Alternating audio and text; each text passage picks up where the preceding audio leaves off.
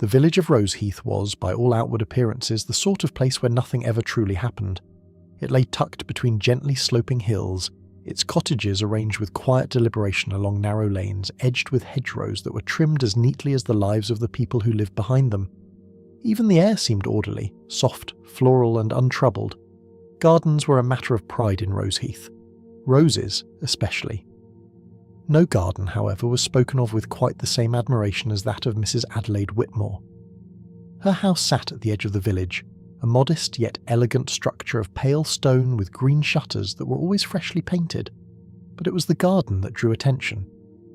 Rows upon rows of carefully tended rose bushes stretched across the back lawn, their colours ranging from the palest ivory to the deepest crimson. They were not wild or excessive. They were disciplined, ordered, each bush precisely placed, each bloom accounted for, much like Mrs. Whitmore herself. On a warm afternoon in late June, the village came to learn, quietly, almost politely, that Mrs. Whitmore had died. It was Mrs. Collins from the house next door who found her. Mrs. Collins was a woman of routine. Every afternoon at precisely 2:30 she stepped into her garden with a watering can and a wide-brimmed hat that had seen better days. It was her habit to exchange a brief greeting with Mrs. Whitmore, who would often be seated near the rose beds, pruning shears in hand or simply observing her flowers with a faint, satisfied expression. On that particular afternoon, the greeting went unanswered. Mrs. Collins paused at the low hedge that separated their properties, peering over with mild curiosity rather than alarm. "Mrs. Whitmore?" she called, adjusting her hat. There was no reply. The older woman sat in her usual chair, positioned just so beside a cluster of pale pink roses. Her posture was upright, her hands resting gently in her lap. From a distance she looked as though she might simply be resting her eyes, but something about the stillness lingered a moment too long. Mrs. Collins, after a brief hesitation, made her way through the small wooden gate and across the lawn. The scent of roses was unusually strong that day, thick in the air. "Mrs. Whitmore," she said again, softer this time. Up close the truth revealed itself with quiet certainty. Mrs. Adelaide Whitmore was quite dead. By evening the matter had been settled, at least officially. Dr. Hargreaves, a practical man with little patience for speculation, had examined the body and declared the cause of death to be heart failure.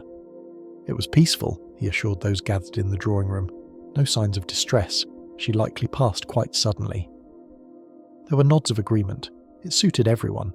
After all, Mrs. Whitmore had been 73. She had lived alone since the death of her husband many years prior. Her health, while generally good, had been the subject of occasional quiet concern among neighbours. There was nothing suspicious about it, nothing at all. Miss Marple arrived in Roseheath the following morning. She had been invited by an old acquaintance, Mrs. Eleanor Finch, who lived in a charming cottage near the village green. The invitation had been extended weeks earlier, long before any talk of death or gardens. Miss Marple had accepted with her usual modest enthusiasm. She arrived with a small suitcase, a keen eye, and an air of gentle curiosity that seemed entirely appropriate for a visit to a place like Roseheath. "I'm so glad you've come," Mrs. Finch said, ushering her inside. "Though I'm afraid you've arrived at rather an unfortunate time." Miss Marple removed her gloves with delicate precision. "Unfortunate? Oh, you haven't heard?" Mrs. Finch lowered her voice slightly, though there was no one else in the room. "Mrs. Whitmore, she passed away yesterday, quite suddenly." Miss Marple's expression softened. "How very sad." "Yes, indeed. Though," Mrs. Finch added, pouring tea, "it was all quite peaceful, I'm told, in her garden no less, surrounded by her roses." "How fitting," Miss Marple murmured. "Yes, Dr. Hargreaves says it was her heart." Miss Marple nodded politely, though her gaze drifted momentarily toward the window, where a small cluster of rose bushes swayed gently in the breeze. "There is something rather comforting," she said after a pause, "about a life ending in a place one has cared for so deeply." Mrs. Finch smiled faintly. "Quite so." Later that afternoon, the two women took a short walk through the village. The news of Mrs. Whitmore's death had settled into the atmosphere like a soft layer of dust, not disruptive, but present. Conversations were subdued, voices lowered, yet there was no real sense of disturbance. Life continued. As they passed the Whitmore residence, Miss Marple slowed her step. The garden was visible through the open gate, rows of roses just as described. "Such a lovely arrangement," Miss Marple observed. Mrs. Finch nodded. She was very particular about them, wouldn't allow anyone else to tend them, not properly anyway, though she did have a gardener come in once a week for the heavier work. Indeed. Yes, a man named Peter Larkin. Reliable sort, I believe. Miss Marple's eyes moved carefully across the garden. There was the chair, still in place, and there, just beside it, the cluster of pale pink roses. She took a few steps closer to the gate, her attention settling, not on the chair nor the house, but on the soil beneath the bushes, dark, slightly uneven, as though it had been recently disturbed. "Curious," Miss Marple said quietly. Mrs. Finch glanced at her. "What is it?" "Oh, nothing of consequence," Miss Marple replied with a gentle smile. "Only that gardening, like many things, often reveals more than one expects." Mrs. Finch laughed lightly. "You sound as though you suspect the roses of keeping secrets." Miss Marple's smile lingered. "One never quite knows," she said. That evening, as the sun dipped low and the village settled into its usual calm, Miss Marple sat by the window of Mrs. Finch's cottage, her knitting resting untouched in her lap. Her thoughts were not on the wool, nor on the tea that had long since gone cold. They were on a garden, on a chair placed just so, on soil that had no reason to be disturbed, and on the quiet, persistent feeling that something, however small, did not quite fit. In Roseheath, everything appeared orderly, everything made sense. And yet, Miss Marple had lived long enough to know that the most carefully tended places often hid the most carefully buried truths. She glanced once more toward the distant outline of the Whitmore house, barely visible beyond the trees. Then, with a soft, thoughtful sigh, she reached for her knitting. Roses, she murmured to herself. Such very deceptive things. The following morning in Roseheath began, as most mornings did, with a quiet sense of order. Sunlight filtered through lace curtains, the distant sound of a milk cart rolled along the lane, and somewhere, faintly, a church bell marked the hour with gentle precision. Nothing in the village seemed inclined toward disruption. Miss Marple, however, had always believed that disruption rarely announced itself so openly. She sat at the small breakfast table in Mrs. Finch's kitchen, stirring her tea with absent-minded care. Across from her, Mrs. Finch buttered a slice of toast and spoke in that easy conversational tone that village life seemed to encourage. "It was all quite a shock, of course," she was saying, "though people do say it was a peaceful end, which is something, I suppose." "Yes," Miss Marple replied softly. "People do find comfort in that." Mrs. Finch nodded. "And she did so love her garden. If one had to choose a place—" Miss Marple did not immediately respond. Instead, she set down her spoon and glanced toward the window, where the morning light caught the edges of a rosebush just outside. "Tell me," she said gently, "this gardener you mentioned, Mr. Larkin, he came regularly, did he not?" "Oh yes, every Thursday morning. Quite punctual. Never missed a visit unless the weather was dreadful." Miss Marple's eyes returned to her tea. "And yesterday was—" "Wednesday," Mrs. Finch said, without hesitation. Miss Marple gave a small, almost imperceptible nod. "I see." There was nothing in her tone to suggest concern, yet the thought settled quietly in her mind. Freshly turned soil on a Wednesday. Later that morning, Miss Marple took it upon herself to walk alone. Mrs. Finch had suggested a visit to the village shops, but Miss Marple, with a polite excuse about enjoying the air, had chosen instead a different path, one that led, quite naturally, past the Whitmore residence. The gate remained open. That, in itself, was not unusual. Villages such as Roseheath rarely required the closing of gates. Trust, like the hedges, was something carefully maintained. Miss Marple paused just outside, her gaze drifting once more across the garden. In daylight, everything appeared even more composed. The roses stood in disciplined rows, their colours vivid under the sun. The chair remained where it had been, though it had been moved slightly, no doubt by those who had attended to Mrs. Whitmore the day before. But the soil— Miss Marple stepped closer, her movements slow, almost casual. To the untrained eye it was nothing at all. A patch of earth slightly darker than the rest. A small irregularity among otherwise perfect lines. But Miss Marple had spent a great deal of her life observing small irregularities. She bent slightly, not enough to draw attention, and noted the texture. Loose, recently turned. Not the work of careful, scheduled gardening, but something more hurried, or perhaps more deliberate. Admiring the roses, the voice came from behind her, steady and unremarkable. Miss Marple straightened and turned. A man stood just beyond the gate, his hands tucked into the pockets of a worn jacket. He was of middle height, with a face that might have gone unnoticed in most crowds, except for the eyes, which held a certain alertness. "Indeed," Miss Marple said with a polite smile. "They are quite lovely." He nodded. "They were Mrs. Whitmore's pride." "You knew her well?" "Well enough," he replied. "I'm Peter Larkin. I tended the garden." Miss Marple inclined her head. "How fortunate. You must understand it better than most."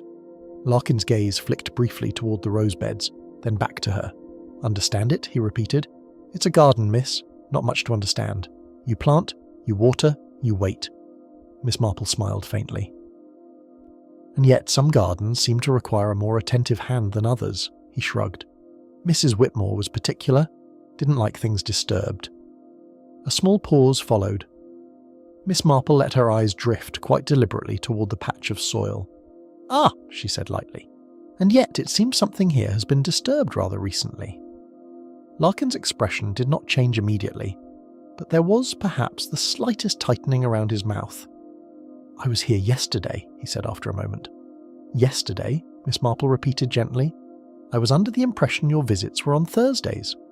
"They are," he said quickly, "usually. But I came by to check something.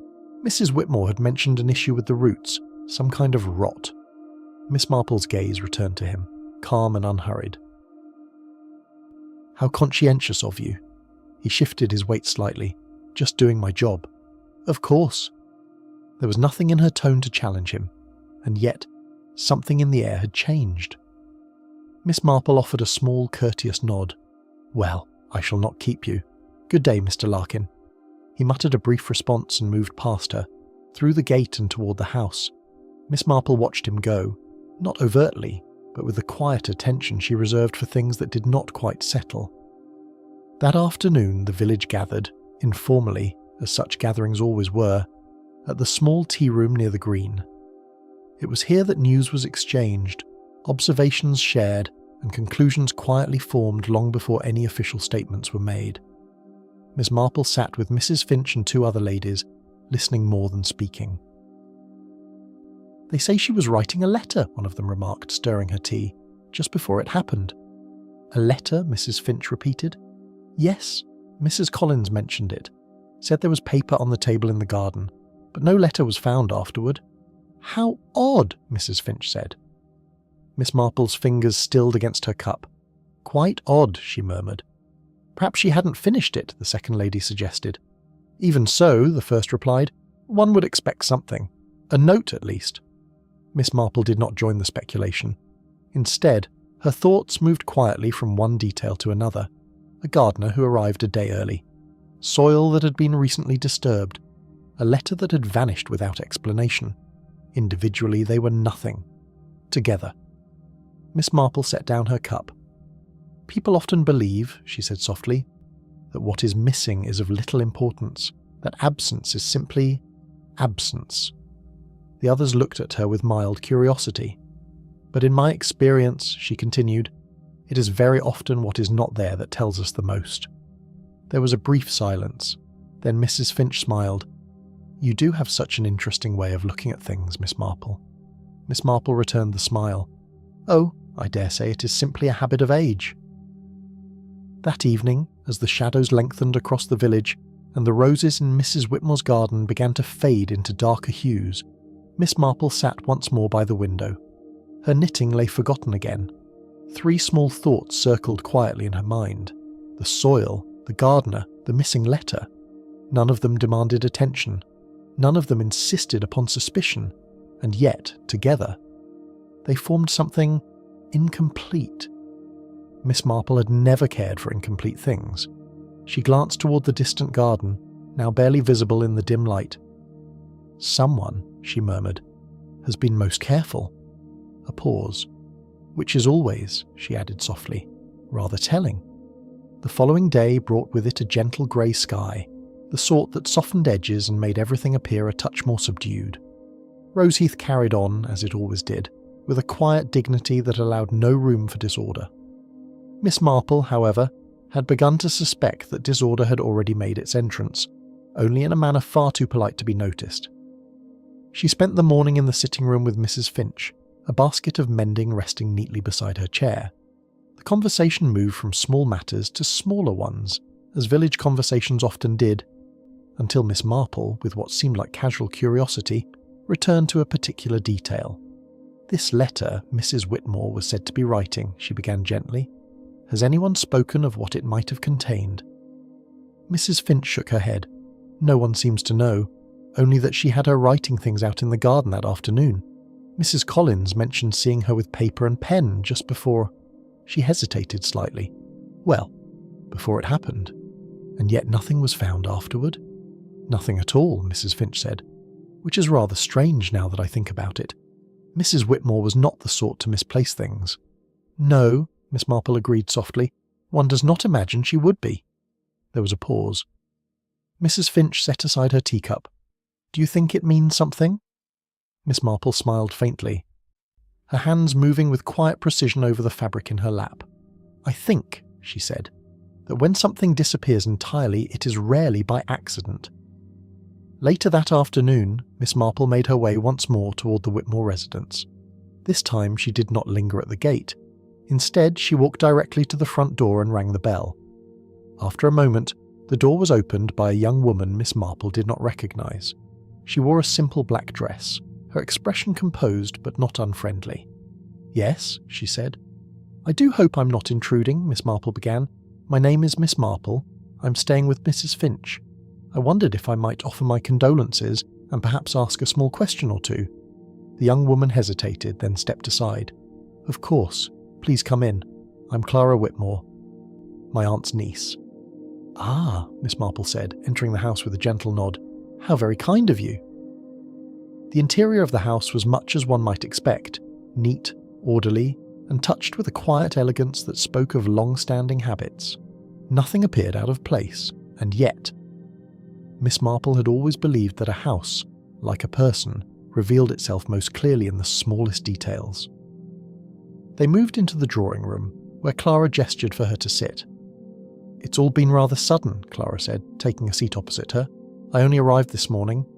"I am very sorry for your loss," Miss Marple replied. "Thank you." There was a brief silence. Then Miss Marple spoke again, her tone as mild as ever. "I understand your aunt was writing a letter shortly before her passing." Clara's expression shifted just slightly.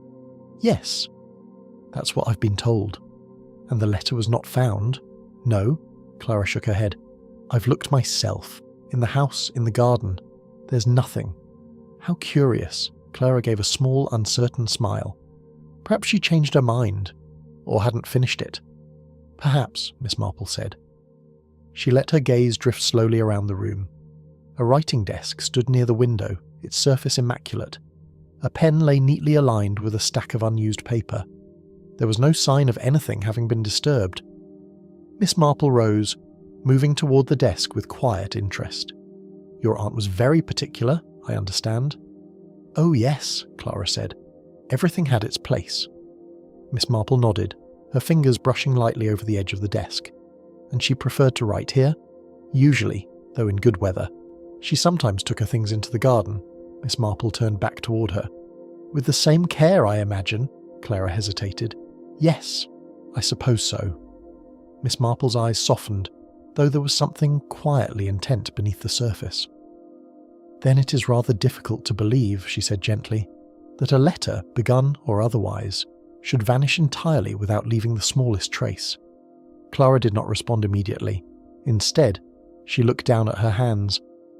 "I don't know what to think," she said at last. Miss Marple regarded her for a moment, then inclined her head slightly. "Quite understandable." After a few more polite exchanges, Miss Marple took her leave, but she did not return directly to Mrs. Finch's cottage. Instead, she walked slowly around the side of the house toward the garden. It was quiet. The roses stood as they had before, perfect, composed, and faintly fragrant in the still air. Miss Marple moved carefully along the edge of the lawn, her eyes taking in each detail with quiet attention.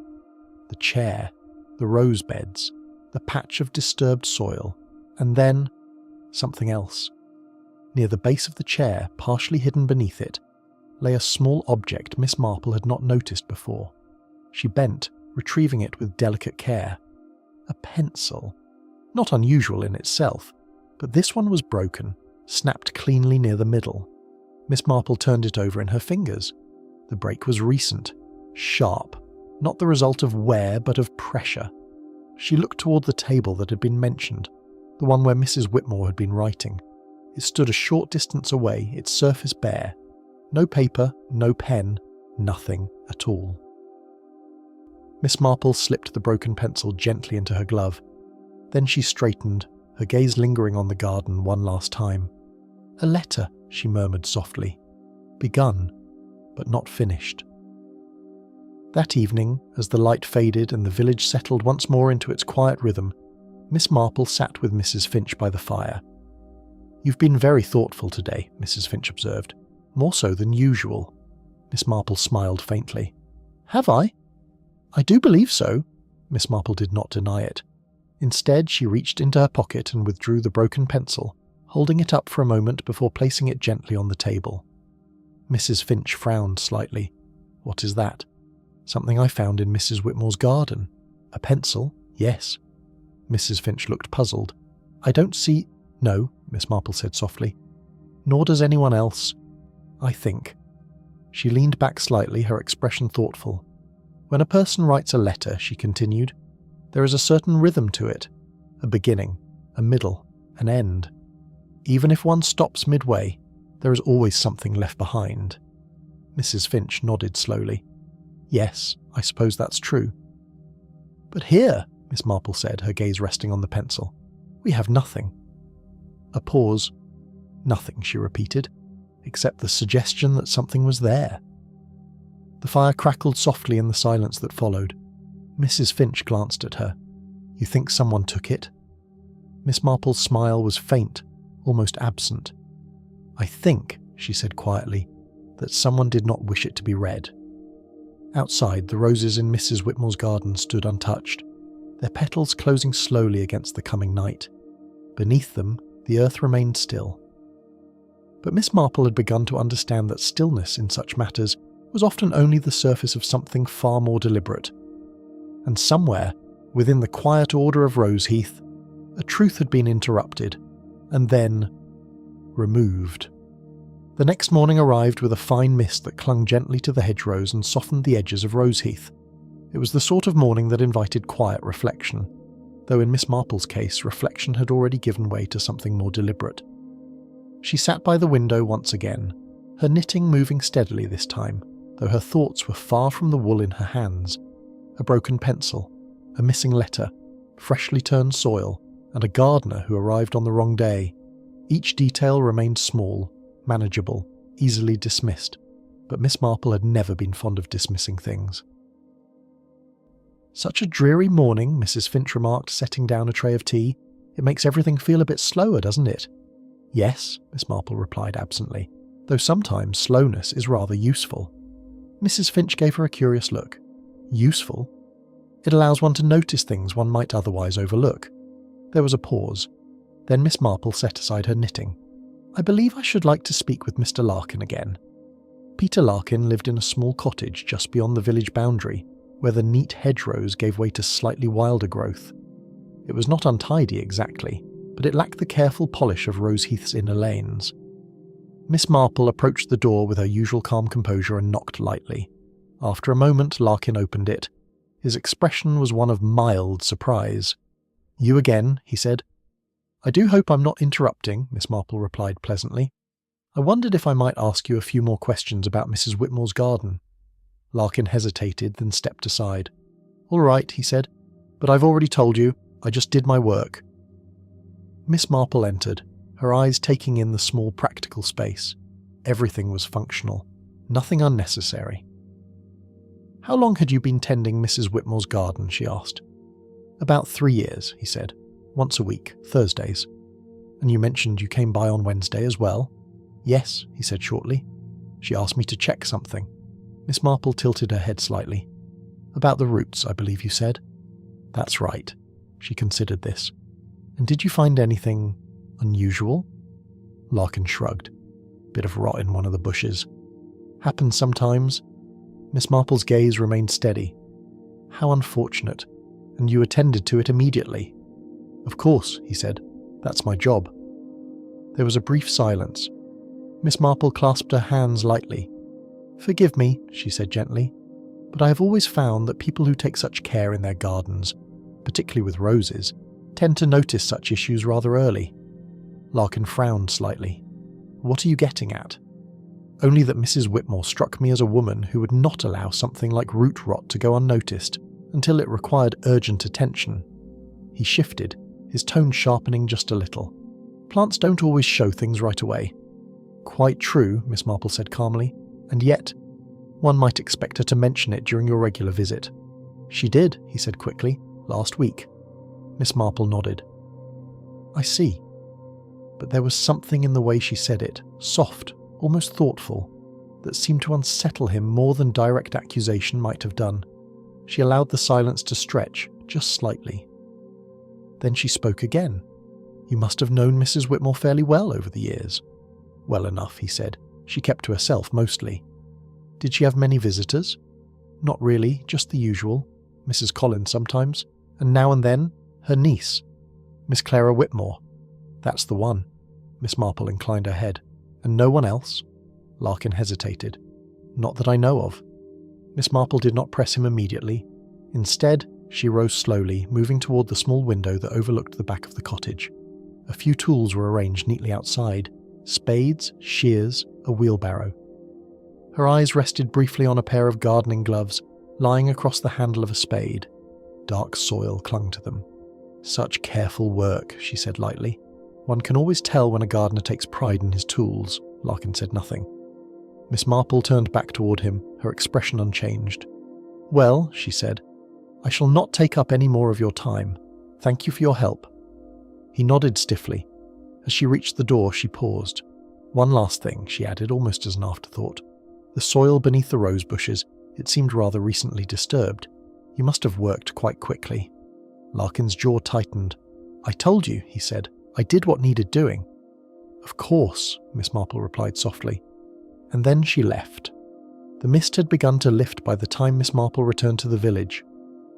The hedgerows were clearer now, the outlines of cottages sharper.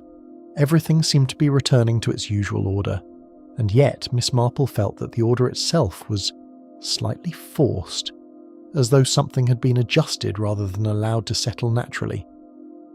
She made her way, almost without thinking, back toward Mrs. Whitmore's garden. This time she entered without hesitation. The roses were still. The chair remained empty. Miss Marple walked directly to the patch of disturbed soil.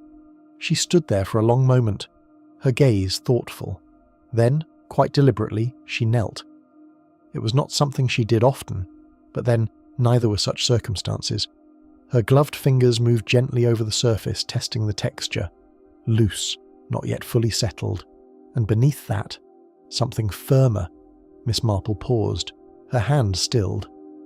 Then, with careful precision, she brushed aside a small amount of soil, just enough to reveal a fragment, not large, not immediately recognizable, but distinct.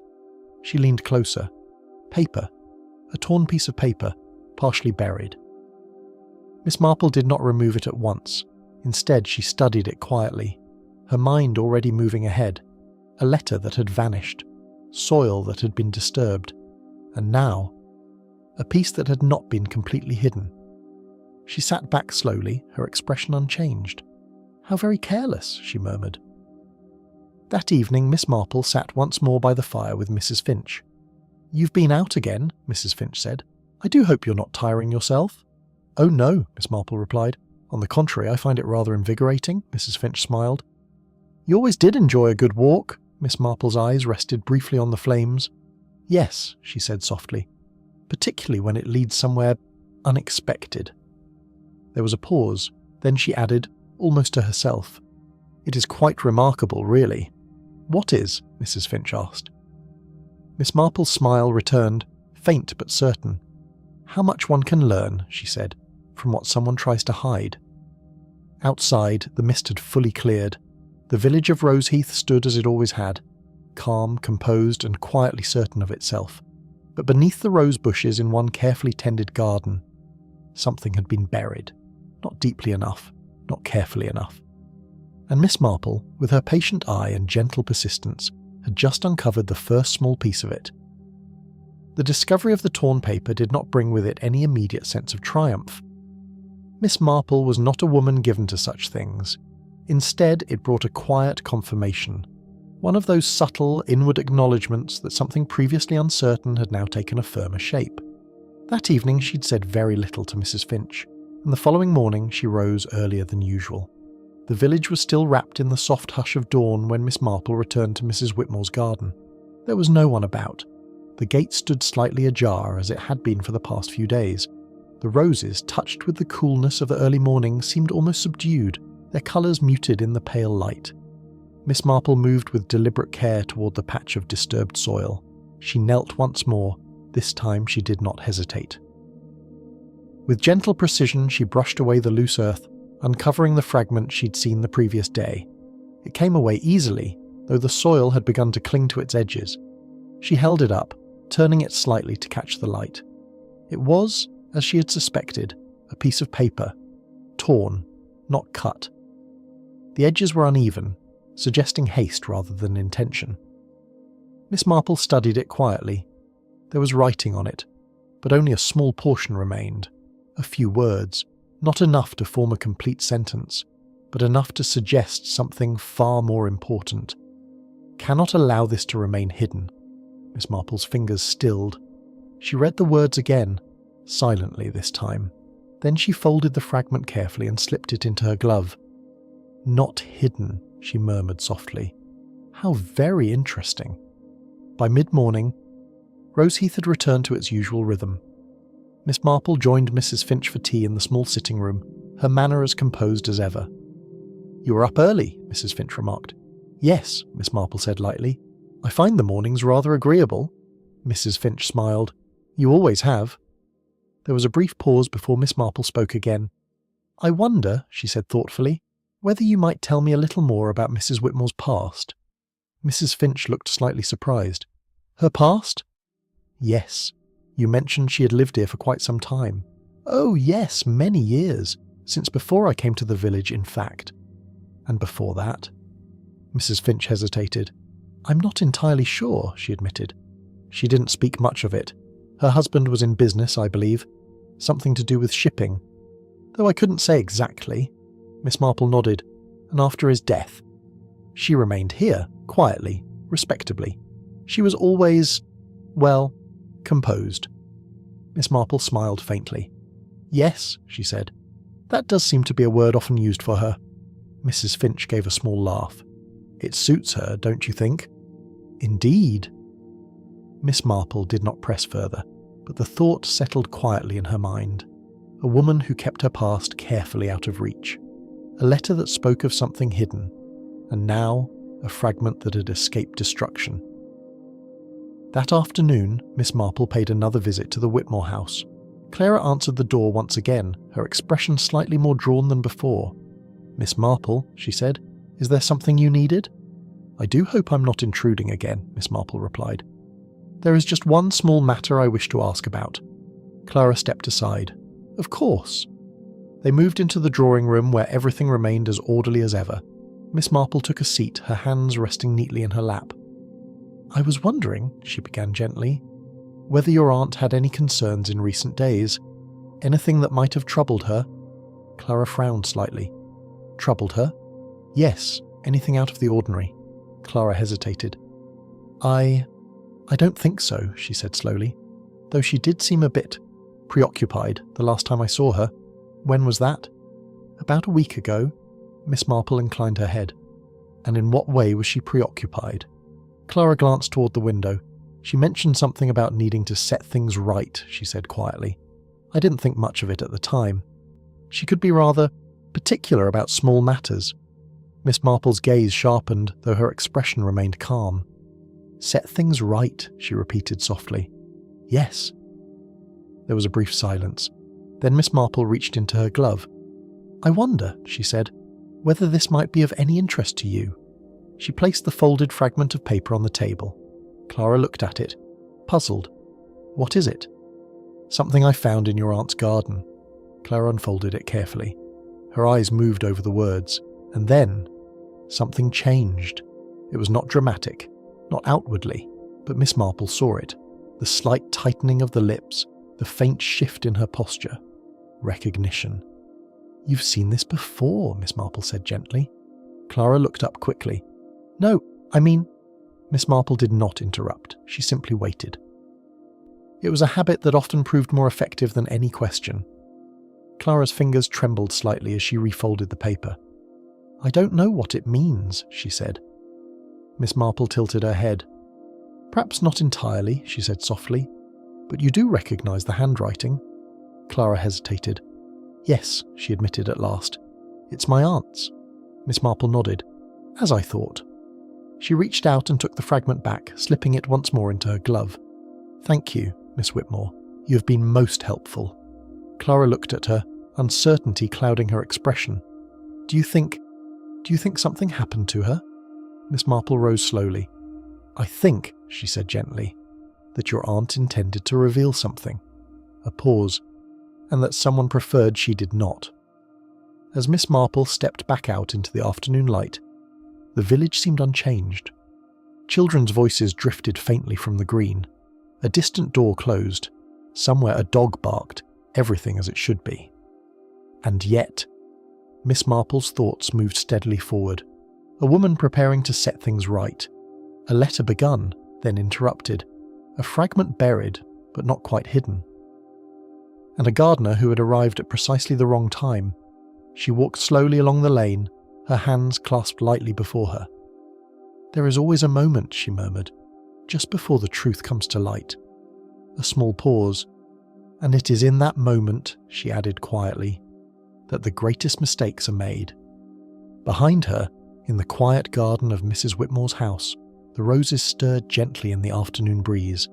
Their roots lay deep, their blooms flawless. But beneath them, the truth was no longer entirely concealed, and piece by piece, it was beginning to surface. The days in Roseheath continued to pass with their usual quiet grace, yet beneath that calm surface, something had begun to shift. Miss Marple felt it most keenly in the silences, those small pauses between words, the slight hesitations in otherwise ordinary conversations. People spoke as they always had, but not quite as freely. Something unspoken had entered the village, and though no one named it, it lingered all the same.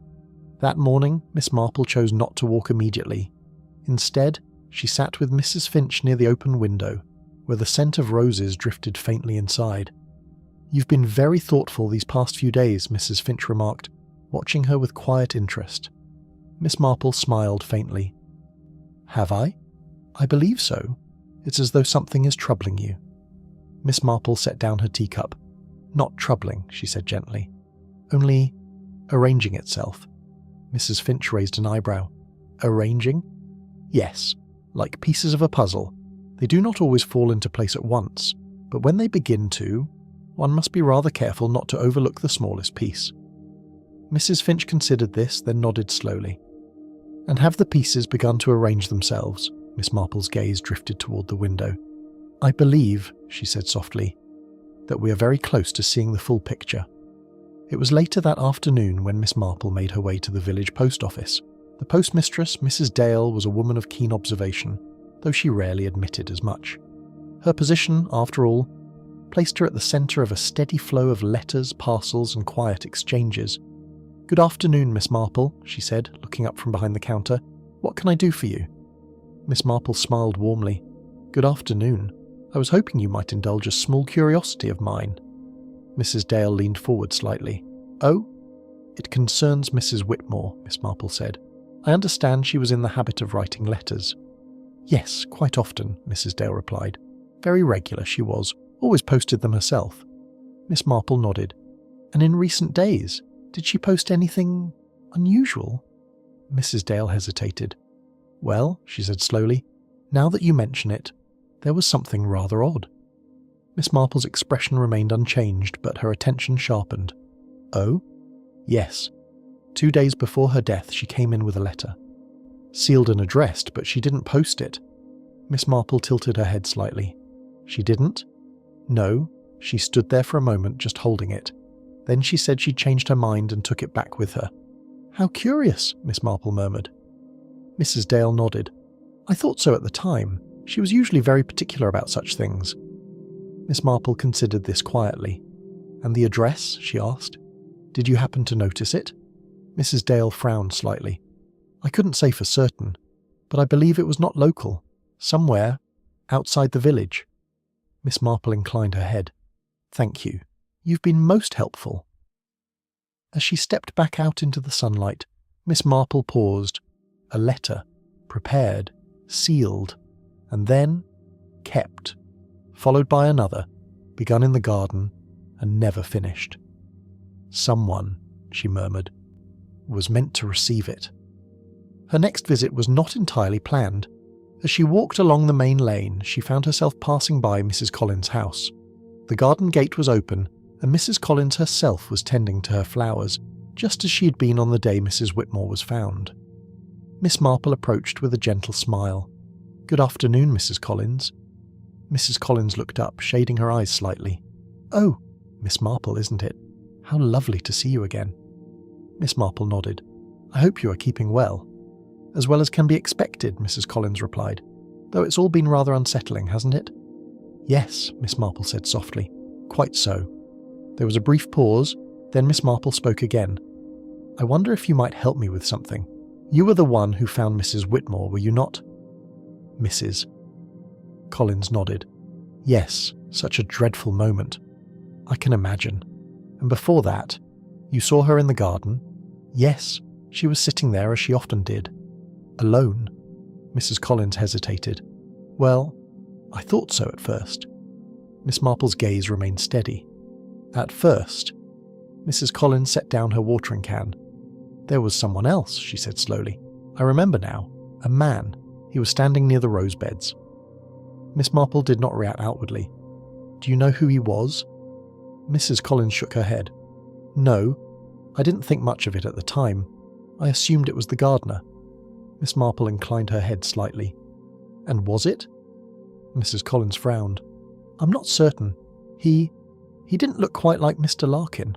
Taller, perhaps, and his coat was darker. Miss Marple's fingers tightened ever so slightly around her gloves. You did not speak to him? No, I only saw him briefly from across the hedge, and when I looked again he was gone. Miss Marple nodded slowly. I see. There was a pause. And Mrs. Whitmore, she asked gently, did she seem distressed in any way? Mrs. Collins shook her head. No, quite the opposite. She was speaking to him calmly, as though they were discussing something important. Miss Marple's eyes softened. Important, she repeated. Yes. Miss Marple offered a small, thoughtful smile. Thank you, Mrs. Collins. You have been most helpful. As she walked away, Miss Marple's thoughts moved quickly now. A visitor, unrecognised, seen shortly before Mrs. Whitmore's death. A letter prepared, but not sent. Another begun, but interrupted. And the words, cannot allow this to remain hidden. Miss Marple slowed her step. Not the gardener, she murmured. Someone else. That evening, as the sun dipped low and cast long shadows across the village, Miss Marple sat once more by the window. But this time she did not reach for her knitting. Instead, she folded her hands neatly in her lap, her expression one of quiet certainty. The past, she said softly, has a way of returning. Mrs. Finch, seated nearby, looked up. What was that? Miss Marple smiled faintly. Oh, nothing of consequence. A pause. Only that one cannot bury certain things forever. Outside, in the garden of Mrs. Whitmore's house, the roses stood unchanged, but the air around them felt different now, heavier, as though something long concealed had begun to press upward, seeking light. And somewhere in Roseheath, a man had come, spoken, and left without being noticed, or so he had believed. By the time the 7th day dawned, the atmosphere in Roseheath had altered, in a way that was difficult to define, yet impossible to ignore. Nothing had happened, at least nothing anyone could point to. And yet, there was a certain watchfulness now. Doors were not closed any more firmly than before, but they were closed with greater awareness. Conversation still took place, but with a carefulness that had not been there the week prior. Miss Marple observed it all with quiet interest. She had long believed that a village was rather like a memory, layered, selective, and sometimes inconveniently persistent. That morning she suggested to Mrs. Finch that they take a walk toward the older part of Roseheath, where the cottages were fewer and the lanes narrower. "It's been some time since I've seen that side," Miss Marple said gently. "I always find such places rather revealing." Mrs. Finch agreed readily, though she seemed a little puzzled by the direction. "There's not much to see there," she remarked as they walked. "Just a few older houses and the churchyard." Miss Marple smiled faintly. "Yes," she said, "and sometimes that is quite enough." The churchyard lay quiet beneath a scattering of ancient trees, their branches stretching wide as though holding the past in place. The gravestones stood in uneven rows, their inscriptions softened by time. Miss Marple moved slowly among them, her gaze thoughtful. "Mrs. Whitmore's husband is buried here, I believe," she said. Mrs. Finch nodded. "Yes, just over there." They approached a modest stone, its lettering still clear despite the years. "Edward Whitmore, beloved husband, gone too soon." Miss Marple read it carefully. "Gone too soon," she repeated softly. "Yes," Mrs. Finch said. "It was quite sudden, from what I understand. An illness, though I don't believe it was ever spoken of in much detail."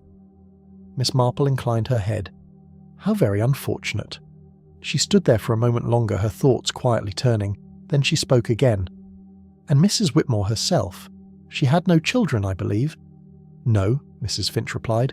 "Just her niece, Clara, though Clara did not visit often." "Indeed." Miss Marple's eyes drifted beyond the grave toward the far edge of the churchyard, where a few older stones leaned slightly, their names less easily read.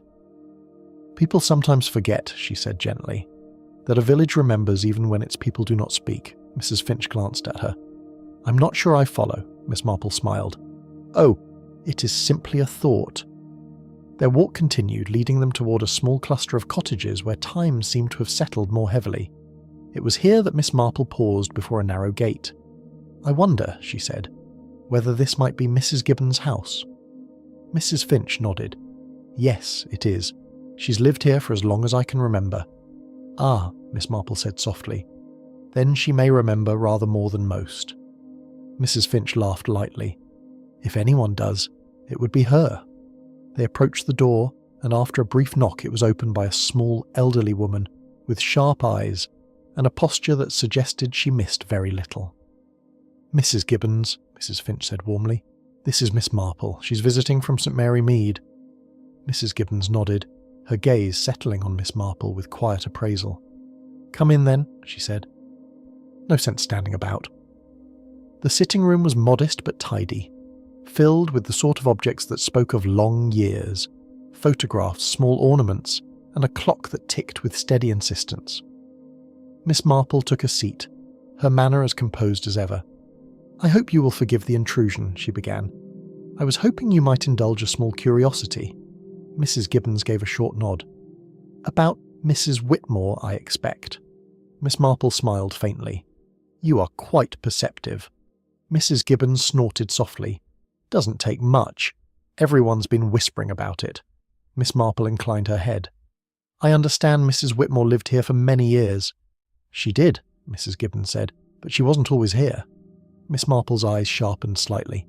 No, came here after her husband died. Before that they lived elsewhere. Not village folk originally."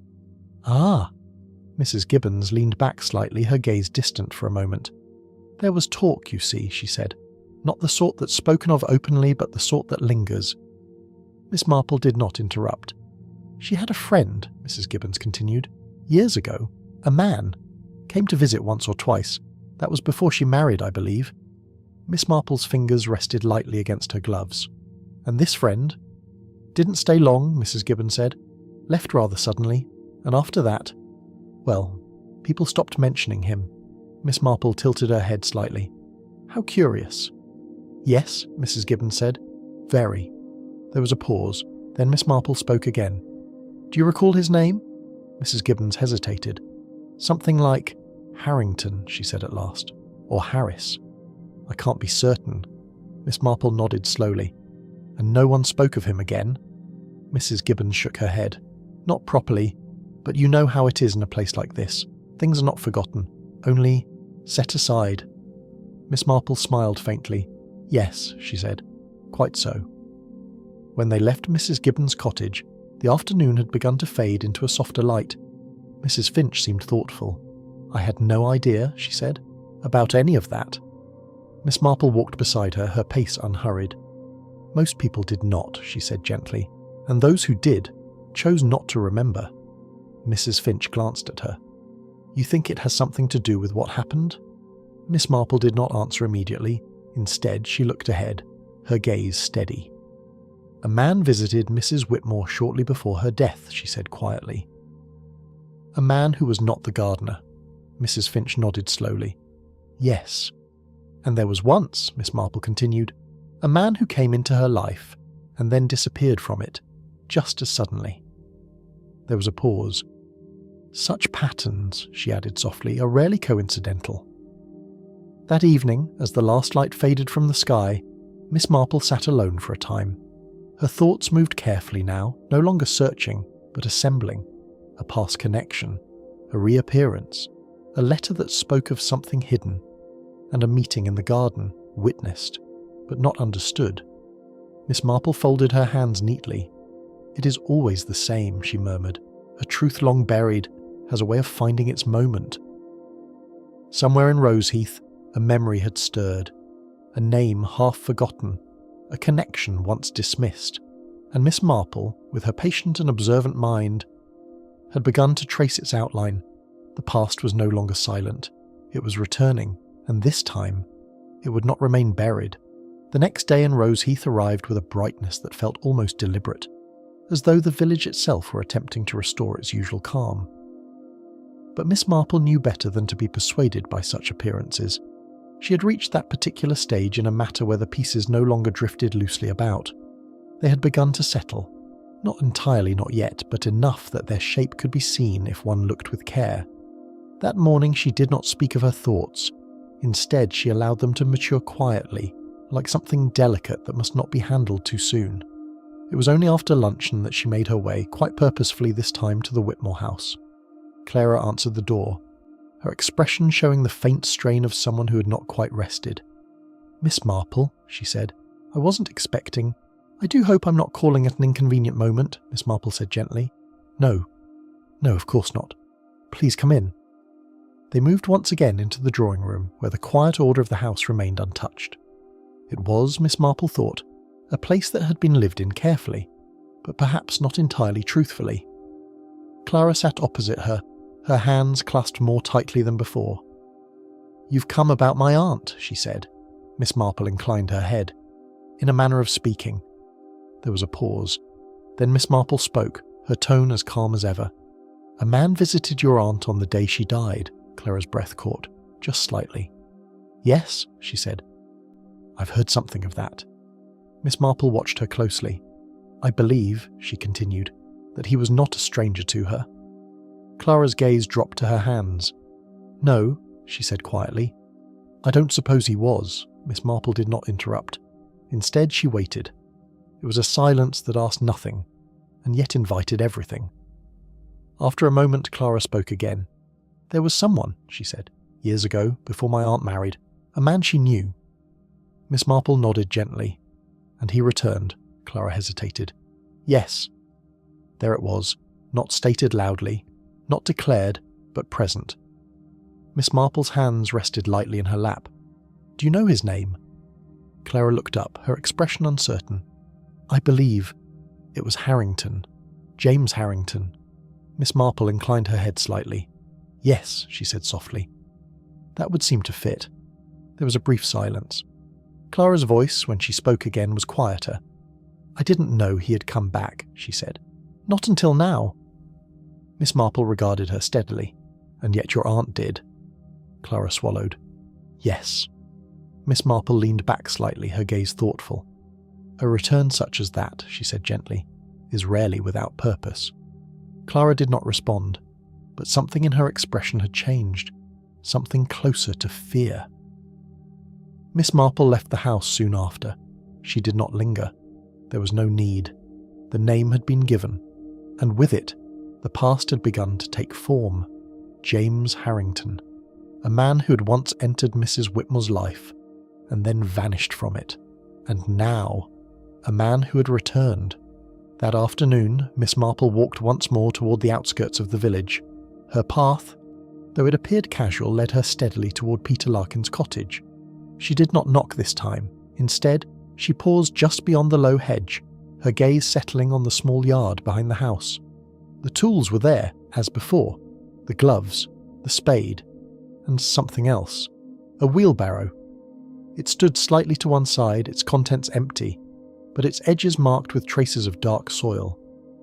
Miss Marple studied it quietly. Then, without haste, she turned and made her way back toward the village. That evening she spoke again with Mrs. Finch. "You seem quite certain of something now," Mrs. Finch observed. Miss Marple smiled faintly. "Yes," she said, "I believe I am." Mrs. Finch leaned forward slightly. "Then you know what happened?" Miss Marple did not answer at once. Instead, she folded her hands neatly. "I believe," she said softly, "that Mrs. Whitmore intended to reveal a truth from her past." A pause, and that someone came to prevent it. Mrs. Finch's eyes widened slightly. "The man who visited her?" Miss Marple inclined her head. "Yes." "But—" Mrs. Finch hesitated. "Then what of the gardener?" Miss Marple's smile remained, though it had grown more thoughtful. "Ah," she said.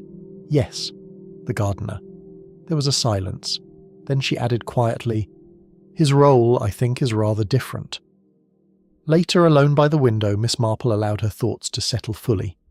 A man returns from the past, a letter begun, intended to expose something hidden, a meeting in the garden, and then a death, too quickly accepted, followed by disturbed soil, and a gardener who arrives at precisely the wrong moment. Miss Marple's gaze drifted toward the distant outline of the Whitmore house. "There are always two parts," she murmured, "the act and what follows." A small pause. "And it is often," she added softly, "what follows that reveals the truth." In the quiet village of Roseheath, the past had stepped forward at last, not loudly, not violently, but with purpose, and Miss Marple, with her patient understanding of human nature, had begun to see not only what had happened, but what had been done afterward. The truth was no longer buried, not entirely, but it had not yet been spoken, and when it was, it would change everything. That night the quiet of Roseheath felt different, not disturbed. No, that would have been too obvious. Rather, it was a quiet that seemed to wait, as though the village itself held its breath, unaware of what was coming, yet instinctively prepared for it. Miss Marple sat by the window long after Mrs. Finch had retired. The lamplight cast a soft glow across her face, leaving the rest of the room in gentle shadow. She did not knit. She did not read. She thought, carefully, methodically. There had been a meeting in the garden. There had been words spoken, important words. And then, something had happened. But it was no longer that moment alone that occupied Miss Marple's mind. It was what had come after. Because people, she had often observed, were not always clever in the moment of action, but they were frequently very careful afterward. The following morning, Miss Marple rose earlier than usual. There was something she wished to confirm. She made her way, once again, to Peter Larkin's cottage. This time she did not hesitate. She knocked firmly. There was a delay before the door opened. Larkin stood there, his expression guarded. "You again," he said. Miss Marple inclined her head politely. "I'm afraid I must trouble you once more, Mr. Larkin." He did not step aside. "I've told you everything I know." Miss Marple's gaze remained steady. "I wonder," she said gently, "if that is quite true." There was a pause, then Larkin sighed and stepped back. "Come in then." Inside, the air felt close, not untidy, but strained, as though something within the room resisted being examined. Miss Marple took a seat, her posture as composed as ever. "I shall be quite brief," she said. Larkin leaned against the wall, his arms crossed. "Go on." Miss Marple folded her hands lightly. "You went to Mrs. Whitmore's garden on Wednesday," she began. "I told you, she asked me to." "Yes," Miss Marple said softly, "to attend to the roses." "That's right." Miss Marple tilted her head slightly. "And yet, when I spoke to you before, you said the issue had been mentioned during your previous visit." Larkin frowned. "So?" "So," Miss Marple continued gently, "one might reasonably ask why it required such immediate attention." He said nothing. Miss Marple did not press him immediately. Instead, she let the silence stretch. It was not uncomfortable for her, but it was for him. "You weren't there when she died," he said at last. "No," Miss Marple replied. "I do not believe you were." Larkin's eyes narrowed slightly. "Then what's this about?" Miss Marple's gaze remained calm. "I believe," she said quietly, "that you arrived afterward." The words settled into the room. Larkin did not move. Miss Marple continued. "You found her in the garden, already dead, and you realised something had taken place." Still he said nothing. "But more than that," Miss Marple went on, "you saw something that did not belong there." A pause. "The letter." Larkin's jaw tightened. Miss Marple watched him closely. "You understood, I think," she said softly, "that the letter was important, that it might reveal something.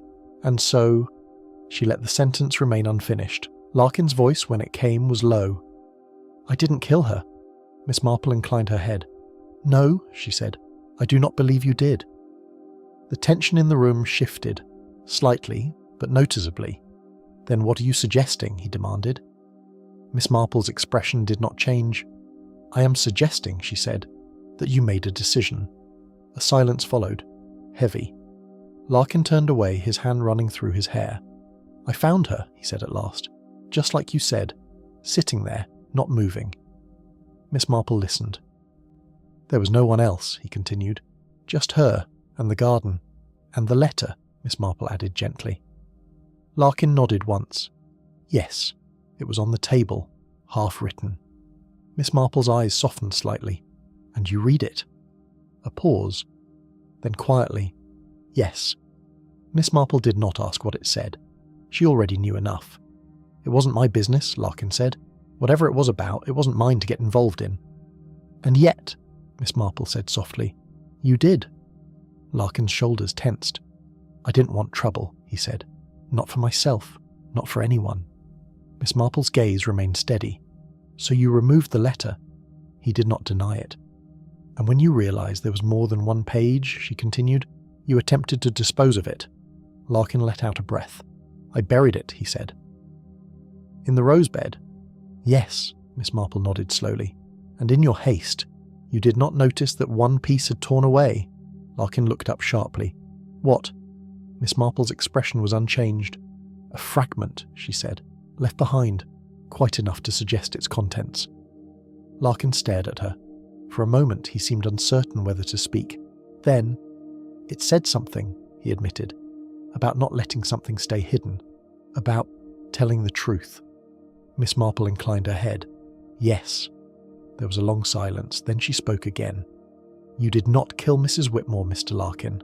"No," he said quickly, "but you concealed what might have explained her death." Larkin looked away. "I didn't think it mattered," he said. "She was already gone." Miss Marple's voice remained gentle. "It always matters."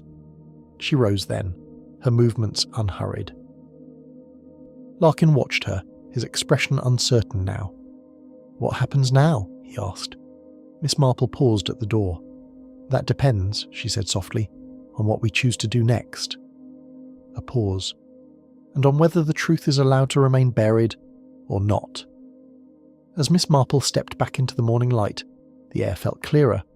One part of the matter had settled. The aftermath, the concealment, the gardener who had acted not out of malice, but out of fear. But the central question remained. What had happened in the garden before Larkin arrived? Miss Marple walked slowly along the lane, her thoughts steady. "A man returns," she murmured. "A truth is spoken." A small pause, and then silence. Behind her, in the quiet cottage at the edge of the village, Peter Larkin stood alone. The weight of what he had done, however unintended, had begun. at last to settle. And in Rose Heath, the final piece of the puzzle waited. Not hidden now, not entirely, but not yet revealed. Miss Marple, with her patient understanding, knew that the answer lay very close indeed, and when it came, it would not be the gardener who had caused it, but the man who had returned. The following day in Rose Heath dawned with a clarity that felt almost deliberate. There are moments, Miss Marple often thought, when everything seems to sharpen at once, when the world, which had until then appeared soft and uncertain, suddenly reveals its outlines with quiet precision. This was one of those moments. She had slept very little, not from restlessness, but from understanding. By morning there was no longer any doubt in her mind, not about what had happened, nor about the manner in which it had been concealed. Only one matter remained. It had to be spoken. Miss Marple sent a polite message that morning, requesting that a few individuals gather at Mrs. Whitmore's house that afternoon. It was phrased, as such things always were, with the utmost courtesy. A small discussion, a matter of clarification, nothing alarming. And yet, by the appointed hour, there was a quiet tension in the drawing room. Clara Whitmore sat near the window, her hands folded too tightly in her lap. Mrs. Finch and Mrs. Collins occupied the sofa, their expressions composed but curious. Peter Larkin stood near the door, his posture stiff, his gaze fixed somewhere beyond the room. And finally, there was one more. He had arrived reluctantly. James Harrington. He stood slightly apart from the others, tall, his coat dark, his expression controlled in that careful way of a man accustomed to maintaining appearances. Miss Marple entered last. She took her place by the small table, her hands resting lightly upon it. "I do hope you will forgive this intrusion upon your afternoon," she said gently, "but I believe it is time that certain matters are properly understood." No one spoke. Miss Marple's gaze moved slowly from one face to another. Then she began. "Mrs. Adelaide Whitmore did not die entirely as we have been led to believe," she said softly. A slight stir passed through the room. Clara's breath caught. Mrs. Collins shifted uneasily. Miss Marple continued, her tone unchanged. She was not alone in her garden that afternoon. She was speaking with a visitor, a man who had once been part of her life. Her eyes rested briefly on Harrington. He did not move. "Many years ago," she went on, "before her marriage, Mrs. Whitmore knew Mr. Harrington. Their connection, though not widely spoken of, was not entirely forgotten. Harrington's voice, when it came, was controlled. This is hardly relevant." Miss Marple inclined her head slightly. "On the contrary," she said, "it is very much so." A pause. "Because Mr. Harrington returned to Rose Heath," she continued, "and met with Mrs. Whitmore in her garden." Clara looked toward him, her expression tightening. "You said you had never," Harrington cut across her. "I came to settle a matter," he said. "Nothing more." Miss Marple nodded gently. "Indeed, a matter from the past." She folded her hands. A matter which Mrs. Whitmore had decided could no longer remain hidden. There was a silence. Miss Marple's voice softened slightly. "She had written a letter," she said. "A letter intended to reveal the truth." Clara's eyes widened. "The letter that was never found." "Yes," Miss Marple said. "It was begun in the garden, but it was never finished." Her gaze moved once more to Harrington. "Because something occurred before she could complete it." Harrington's expression remained still, but there was a tension now, faint but undeniable. "You have no proof," he said. Miss Marple smiled faintly. "No," she said. "Not in the manner you might expect." A pause. "But I have something rather more reliable." He said nothing. Miss Marple continued. Mrs. Whitmore had come to understand something about her past, something she could no longer ignore, and she intended to set it right. She glanced briefly at Clara. She had spoken of this. Of setting things right. Clara nodded faintly, her face pale. Miss Marple went on. "When Mr. Harrington returned, I believe she confronted him. She told him what she intended to do." A silence settled over the room. "And in that moment," Miss Marple said quietly, "something changed." Harrington's voice came sharper now. "You are speculating." Miss Marple's gaze met his. "Am I?" She paused. "Mrs. Whitmore was not a woman given to sudden agitation," she said. "Nor was she in poor health.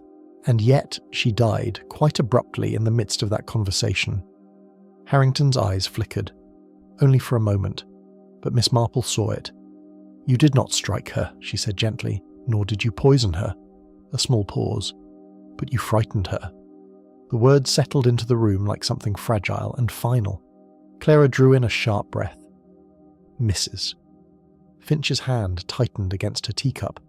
Miss Marple's voice remained calm. "You told her something," she said. "Something she had not expected. Something that made her understand the full extent of what had been hidden." Harrington's composure faltered, just slightly. "She was already weak," he said. "Anyone could see that." Miss Marple inclined her head. "Perhaps," she said.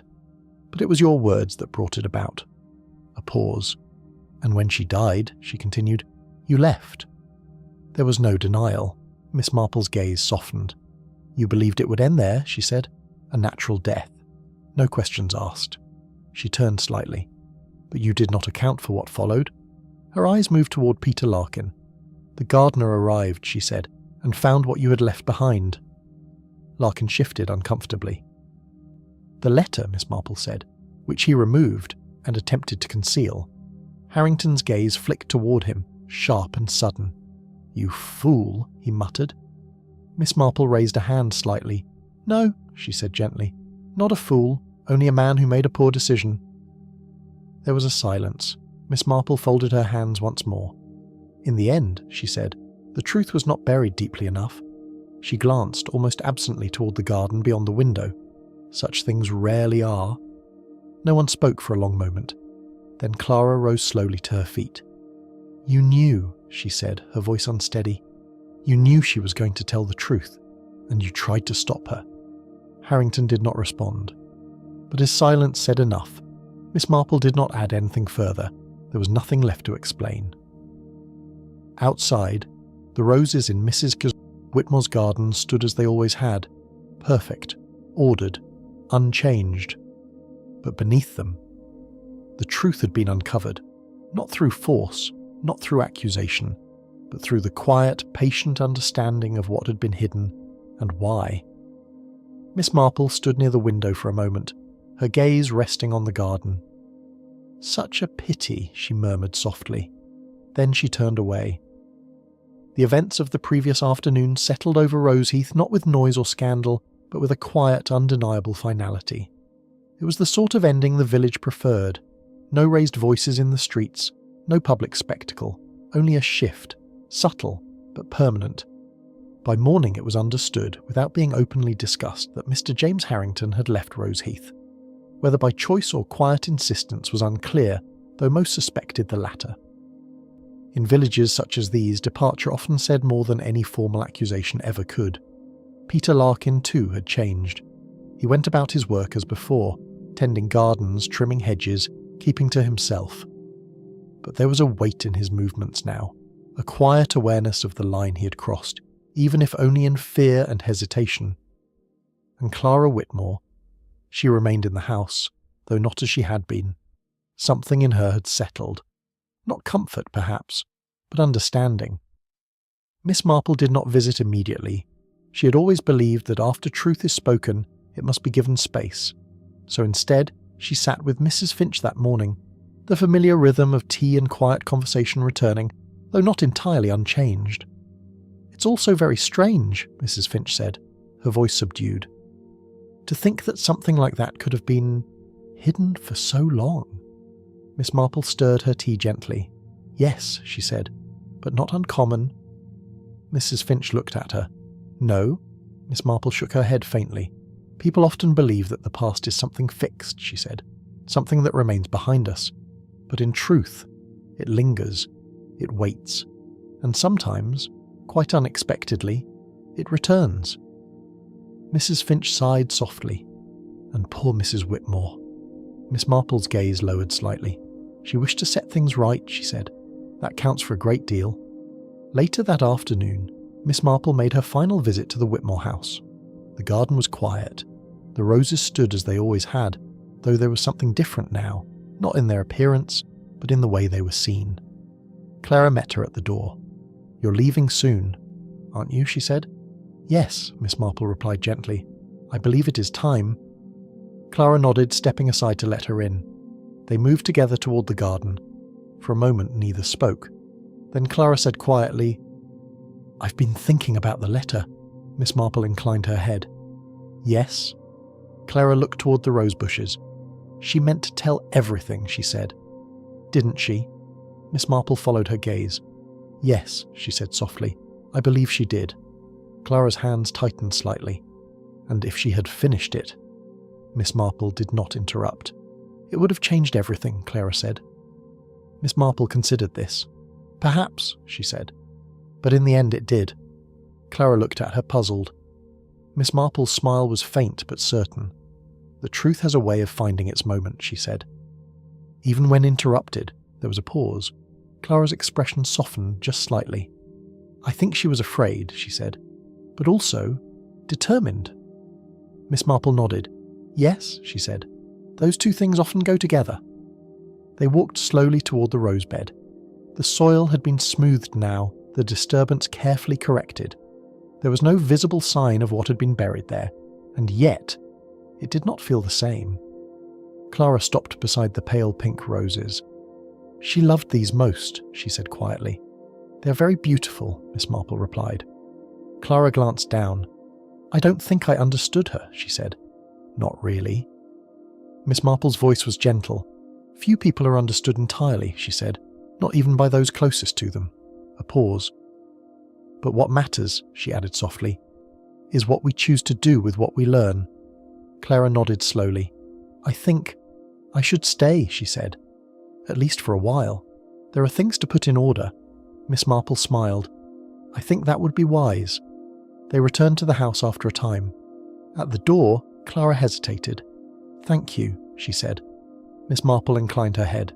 "There is no need." "Yes, there is," Clara said quietly. "You saw what no one else did." Miss Marple's expression remained calm. "I merely noticed what was already there," she said.